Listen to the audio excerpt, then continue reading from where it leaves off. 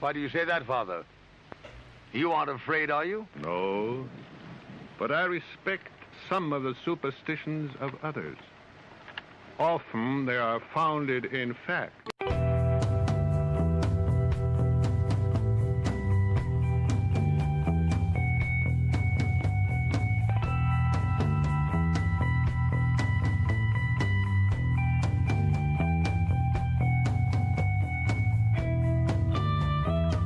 Broadcasting live from our Sanctum Sanctorum in bountiful Bakersfield, California, this is the Sixth Sense Society.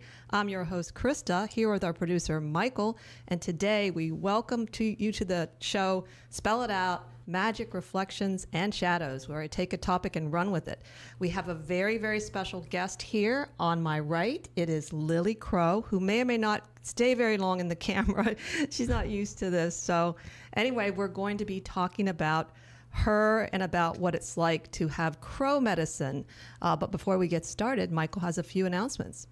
Hi, everybody. Welcome back to the show. It's really great to have you guys here. Next week, we have Caroline Marshall and Marty Olson coming up, and they're our astrologers, and they're going to be talking about what lies ahead, which is going to be kind of interesting for sure, since we have elections coming up and whatnot. And we have Jackie Smith coming back this month to talk about the witches union that she's forming. So get all the information on our website, sixthsensesociety.com, SAXTH, all spelled out. While you're there, buy us a coffee on Ko-Fi. It helps us cover our cost. But the most important thing, go to YouTube, click like and subscribe, and share our videos and help us grow our audience. We really appreciate that. So I don't want to take up too much time because I know Lily is antsy, so I'm going to kick it back to you, Krista. So take it away, Krista. I think she's going to launch in a minute, but thank you, Lily Crow, for coming on this show.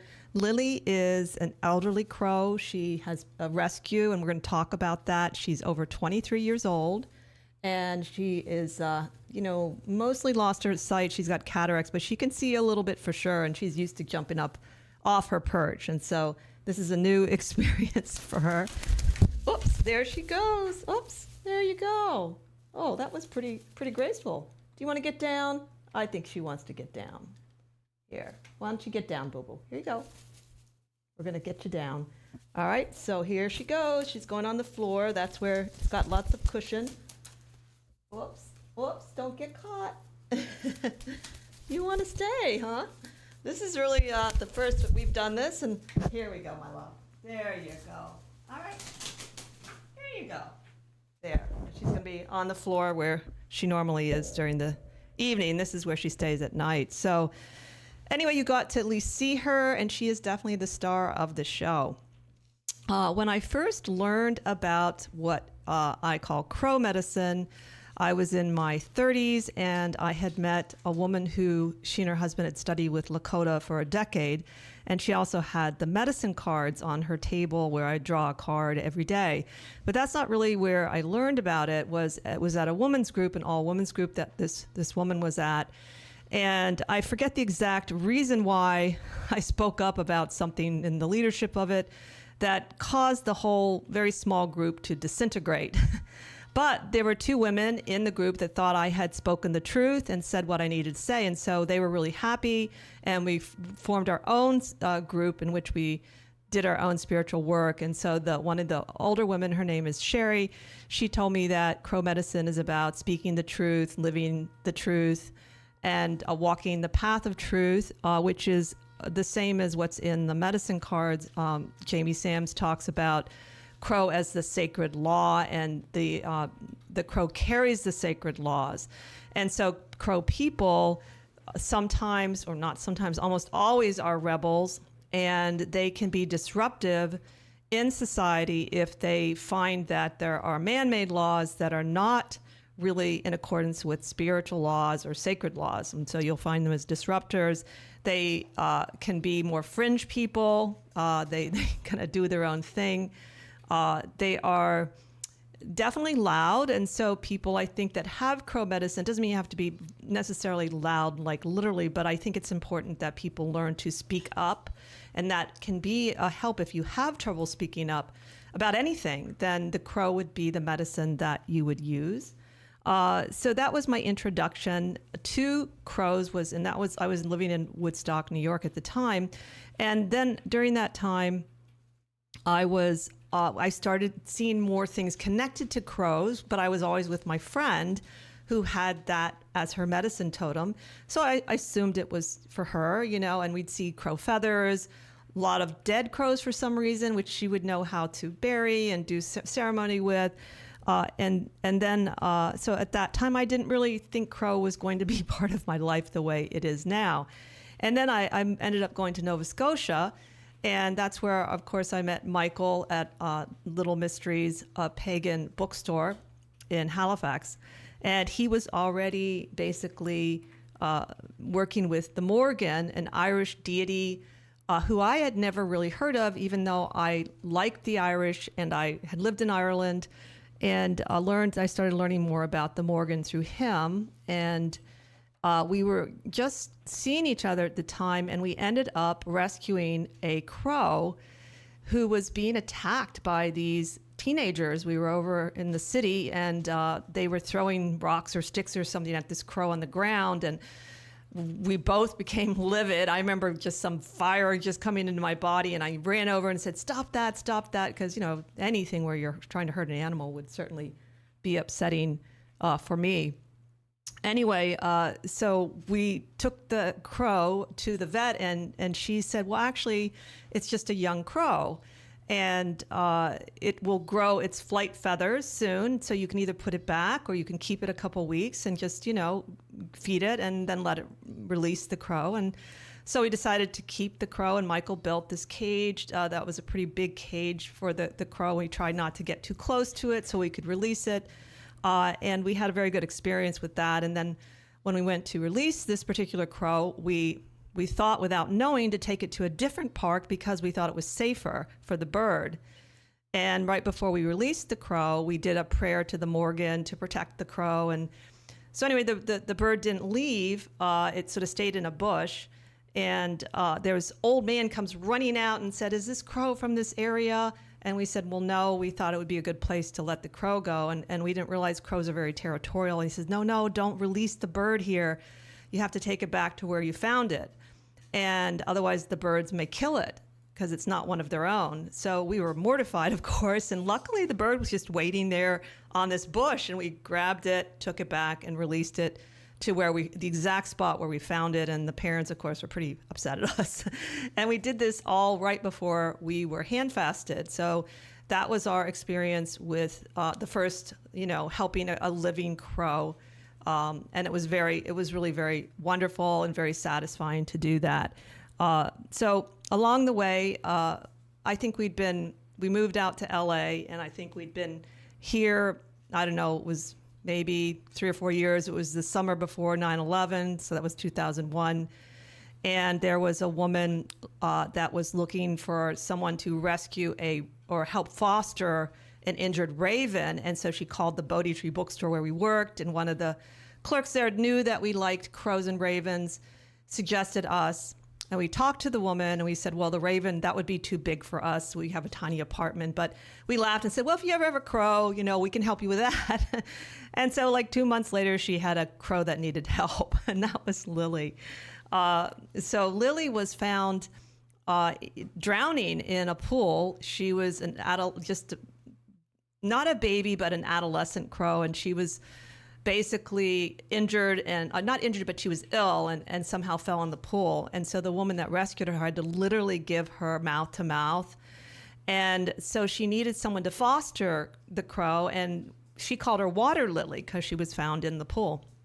And so we ended up keeping her for so long because of her illness. It took a while to, get her back to health, that she imprinted on us. And so she stayed with us. We didn't think it was good for her to go back to the wild.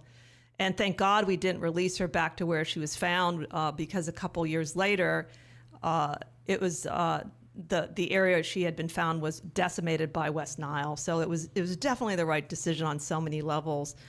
And so once she came into her life, I think what happened for both of us is we really started to understand what it means to have crow as your familiar or your totem, whichever one I love the word totem because it means kin. And the idea that she's my kin, she's not, just a pet or something like that, is very important. And she's wandering around here on the floor. I'm sure she feels a little a little lost because her perch isn't in here, her little perch isn't in here. So anyway, I wanted to, that's a little bit about her story in just, with us. And she has been part of our family for a very big part of our family. We don't leave her hardly ever. We only once or twice have left her and had someone take care of her, because it takes a particular person to take care of any bird. I think that's big. And so we're very protective of her. And now that she has lost a lot of her eyesight due to cataracts, we're even more wanting to be around her all the time. And she's totally adapted to it. It's amazing how much so she has adapted. So she's our inspiration on many levels for us. So anyway, some of the traits of the crow, I would say, I started off saying that it's about sacred law and sacred truth. And that's true. And they're rebels. They are also associated with divination and prophecy, particularly if you associate the crow with the Morgan. And I would say that, I forgot to start my clock. I'll do it now. So they're obviously then associated with the warriors and with warrior goddesses. They're super smart and intelligent as birds. There's been so many scientific studies that show that. It's amazing. You could do a whole show on what science has learned about the crows, how smart they are, how they can remember faces, people that have harmed them or helped them, and even pass that knowledge on to their children so that they know. They're very group oriented, so they usually hanging out together. And I know the young crows will be sort of babysitters for the other crows when they're born. So there's this really strong family unit. And I think people out of crow medicine are like that. They like their clan, and they definitely can be argumentative. So I feel like people that have crow medicine and their family having a little bit of that argumentative energy is probably natural overall. They can't, then for some reason in America, or at least when I do readings, people seem to think that they are a bad omen. And I'm not exactly sure where that comes from, other than it's really not true, though they can sometimes bring you a warning. And that has to do with the fact that crows are associated with divination and prophecy. One of the most fascinating things that I learned only about, it was 3 or 4 years ago when I was doing for Spell It Out, I was doing a show on bird augury. And even though I had been studying Tibetan Buddhism for a little while, I came across these old Tibetan texts that are based on bird divination, where the crow is the main messenger. And it's really fascinating. The one I found, the article I found was from the Journal of Research Institute, Historical Development of the Tibetan Languages by Nishida Ai. And basically, this particular person looks at these old Tibetan texts about, there's sort of a list of when a crow flies this way or that way, what it means. And I wanted to read a couple lines from that, because the beginning of the text says that the crow is the protector of men, and the speech of the holy hermit who perceives the sounds of the crow is the speech of the gods. And I remember going back to that story of Junior, the crow we found in Nova Scotia and released, and when the old man came out to warn us not to release that young crow where we were going to release it, he reminded me of the hermit, that particular man.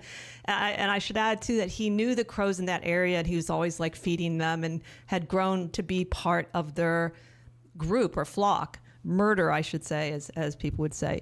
And then another line from the same Tibetan text, which is great, is "There's nothing not to be inquired of the crow. You should believe in the crows and put your trust in them." And I think that, this was Michael's sort of idea to bring Lily on the show today, but I really think it's something timely about what's going on in the world, because crows are ethical. They represent people that want to have laws that are based on what the Great Spirit or God or Goddess would want, and not these human laws that can sometimes be corrupted. And I think it's a really important time for people to embrace crow medicine and to be willing to stand up for the truth and what's best and the sacred laws in life and to walk their talk. And even though, scratch, scratch, scratch, it always looks so enjoyable when birds scratch. Even though crows are loud, it doesn't mean that people have to be mean. I don't find, except for the first year when Lily was old enough, I was a little intimidated by her because she's strong. But she never hurt me and never bit me hard or anything, and they evidently can. And so it was just my own inexperience with working with a alpha bird. And so with any alpha animal, you have to either submit to them being the alpha, or you have to show you're the alpha. And I would say probably I submitted. So she has made a slave out of me, and she's pretty happy with it. So we've made it, I'm just joking about it in some level. So I think it's a really interesting time to embrace this totem. And then going back to the second way in which I was introduced to crows through Michael's connection to the Irish deity, the Morgan, who I had never heard about before. And he had, and still does, we both see her as one of our main deities. And so there are things I've learned about the Morgan since, but from the very beginning, I did associate the Morgan with the warrior woman, battles, prophecy, divination, and in the text, the historical mythology and text, the Morgan is very much associated with all of that and has some amazing prophetic poems. But since that time, about maybe 4 or 5 years ago, I came across Laura O'Brien's YouTube channel on Irish magic and Irish paganism, and she is a very, very good teacher of all of that. And she, of course, she has a particular connection to the Morgan herself. She actually was managing one of the Morgan's sites in Ireland, which I didn't even know there were specific sites that are associated with her.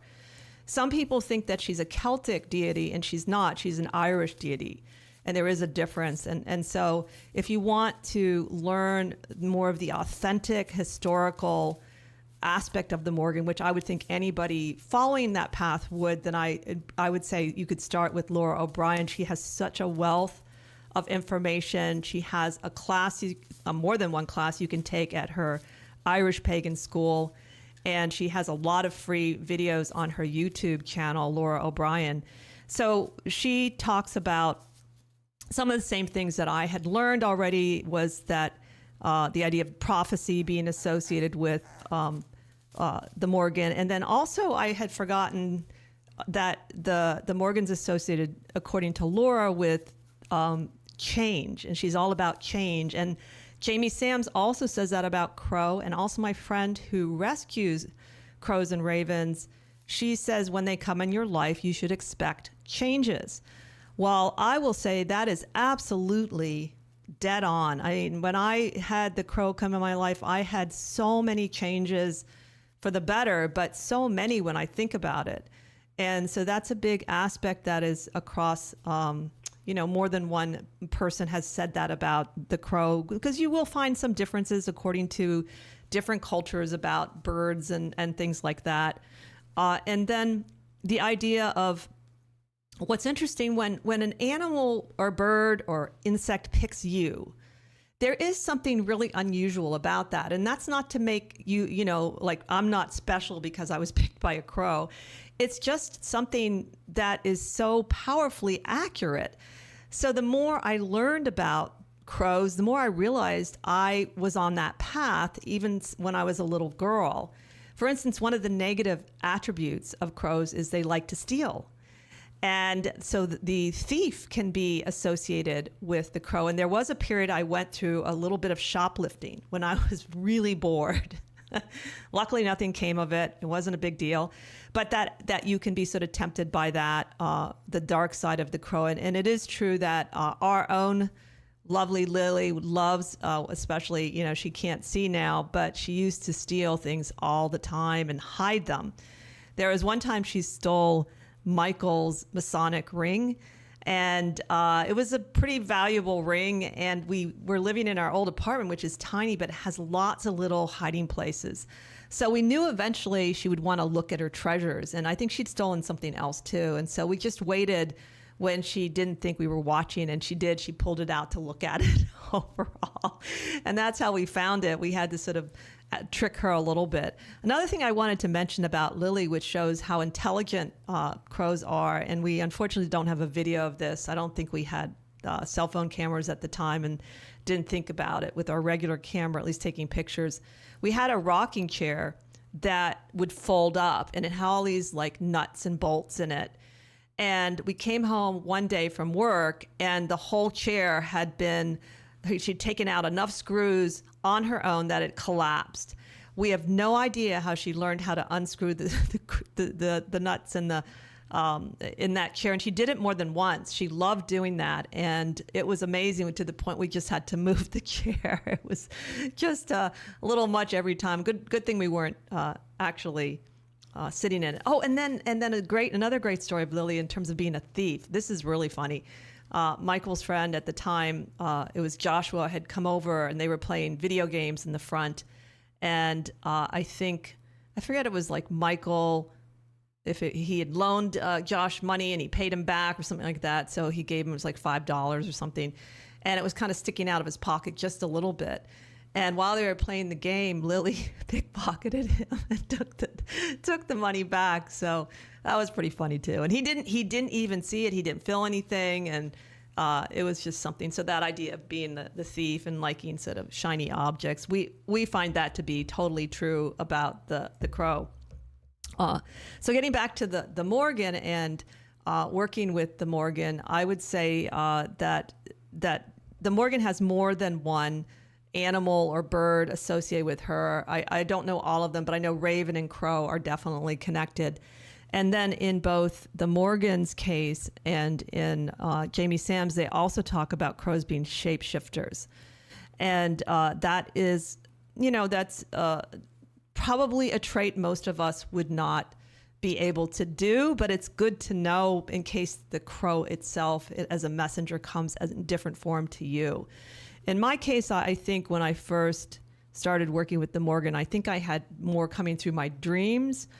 But in life, I would say both Michael and I have been very privileged and honored to have gotten the attention of crows and ravens without a lot of energy. It seems like once you cross into their space and they know you're their ally, they appear in your world all the time, and you will never be without a friend with crows. They are always going to be around you in some level, and you can learn to decipher their messages yourself. Though I think it's not a bad idea to look at what some of the things, if it's a culture such as an indigenous culture that has studied the animal for a while, then I think it's worthwhile to look and see what they say when a crow does this. Not necessarily just superstition, but something based on some religious, spiritual, cultural information, because usually I have found with the indigenous groups, they have studied, watched whatever it is that they're talking about for a long, long time. So it's not something they channel or make up. There's this deep appreciation for observation and nature in many, if not all, indigenous cultures, I would say. And then I was going to say something else about Lily. Now I can't quite remember. So the other thing that I have found for me personally, now there are some people that I know that associate crows with death, but not in a negative way. And they arrived on it through their experience. And so what they have found is that the crow can sometimes bring the spirits of the dead to them to communicate. And so when my mother died and we were driving up to Sonoma, we stopped at this little like hole in the wall motel. And there was like, I don't know how many crows along the wires there, just sitting there like 30 or 40, and really felt the support of my ancestors at an extremely difficult time because I was also ill at the time. And so I felt they were representing sort of my lineage and supporting me overall. So that idea that I feel they can be ancestors, they can fly between the worlds. I think that's possible, such as in one of our, of course, favorite movies, The Crow, is just a brilliant movie. We love it. Only the original, though. No remakes. No. Don't see the remakes, people. So that's true about them, too. And then I found it really interesting when going back to the idea that when an animal picks you, how powerful it is, that I ended up working with divination and prophecy, and I was also a poet. And so the Morgan ends up being, and I do like the battle arts. I fenced, I wanted to learn archery, I've studied Tai Chi. It was really Michael who just pointed the obvious out that I'm a warrior woman, and I don't know why I hadn't really considered myself that, probably because it's still very difficult to embrace that. Culturally in our society, it's still sort of, I don't know, you're annoying if you're a warrior woman and you get all these negative adjectives. You're not feminine, blah, blah, blah, you know. So as if feminine had anything to do with how you dress or how you decide to express your sexuality. That's not necessarily feminine. That's more of a cultural thing. And that changes according to centuries if you look at that overall. But I found that really very amazing that I ended up, and I'm on the path, I think, of working with the Morgan. And since we arrived here, I think some of you may know that when we went to rent this particular apartment, these two ravens came out of nowhere and they landed on this telephone pole right near us and looked at us and talked to us. And since then, they're not always here. They come and go. So for instance, this morning they came as I went out there. Michael was working on fixing something in the car, and they came out again on the telephone pole. And I thought that was sort of a really wonderful omen. So we feel that this place somehow is connected to our path with crows and ravens. And as you know, we call ourselves the Mystic Raven. So that's part of what why we embraced that. But like I said, it was really Michael that introduced me to the Morgan overall. And then I think that, she's really settled down. Oh, how sweet. She's such a sweet girl. She's adapted to our new place so wonderfully. She loves it and she explores it, even with her eyesight. We think it's brighter here. So she does have some eyesight and she loves exploring. She's vocalizing more than she had been before, so that we feel she's gotten her second wind, and this is a very good spot for her overall. So, I mean, the main thing I hope you take from this is that crows, for whatever reason, people either love them or hate them. There's just no middle ground, and I've had people even come on my Facebook page and attack that I like crows and how horrible they are and how they kill other birds and things like that. And well, I said, yeah, eagles will throw a goat off a mountain. I mean, no one says anything about that. You don't hear people going on about that. They think the eagle is the bomb, and he or she is a top predator, and that's just the nature of nature. But I think the people that love crows adore them and will, fight for them. And so there's no middle ground. And I think that perhaps that would be a personality trait that people might sometimes find you offensive or just adore you, particularly if you speak up. But don't be afraid to embrace crow medicine. And I hope you've enjoyed meeting our most beloved friend and family member, Lily Crow. Thank you, Lily, for coming on the show. Join us next time as we continue to explore the esoteric and the obscure together. Have a magical week.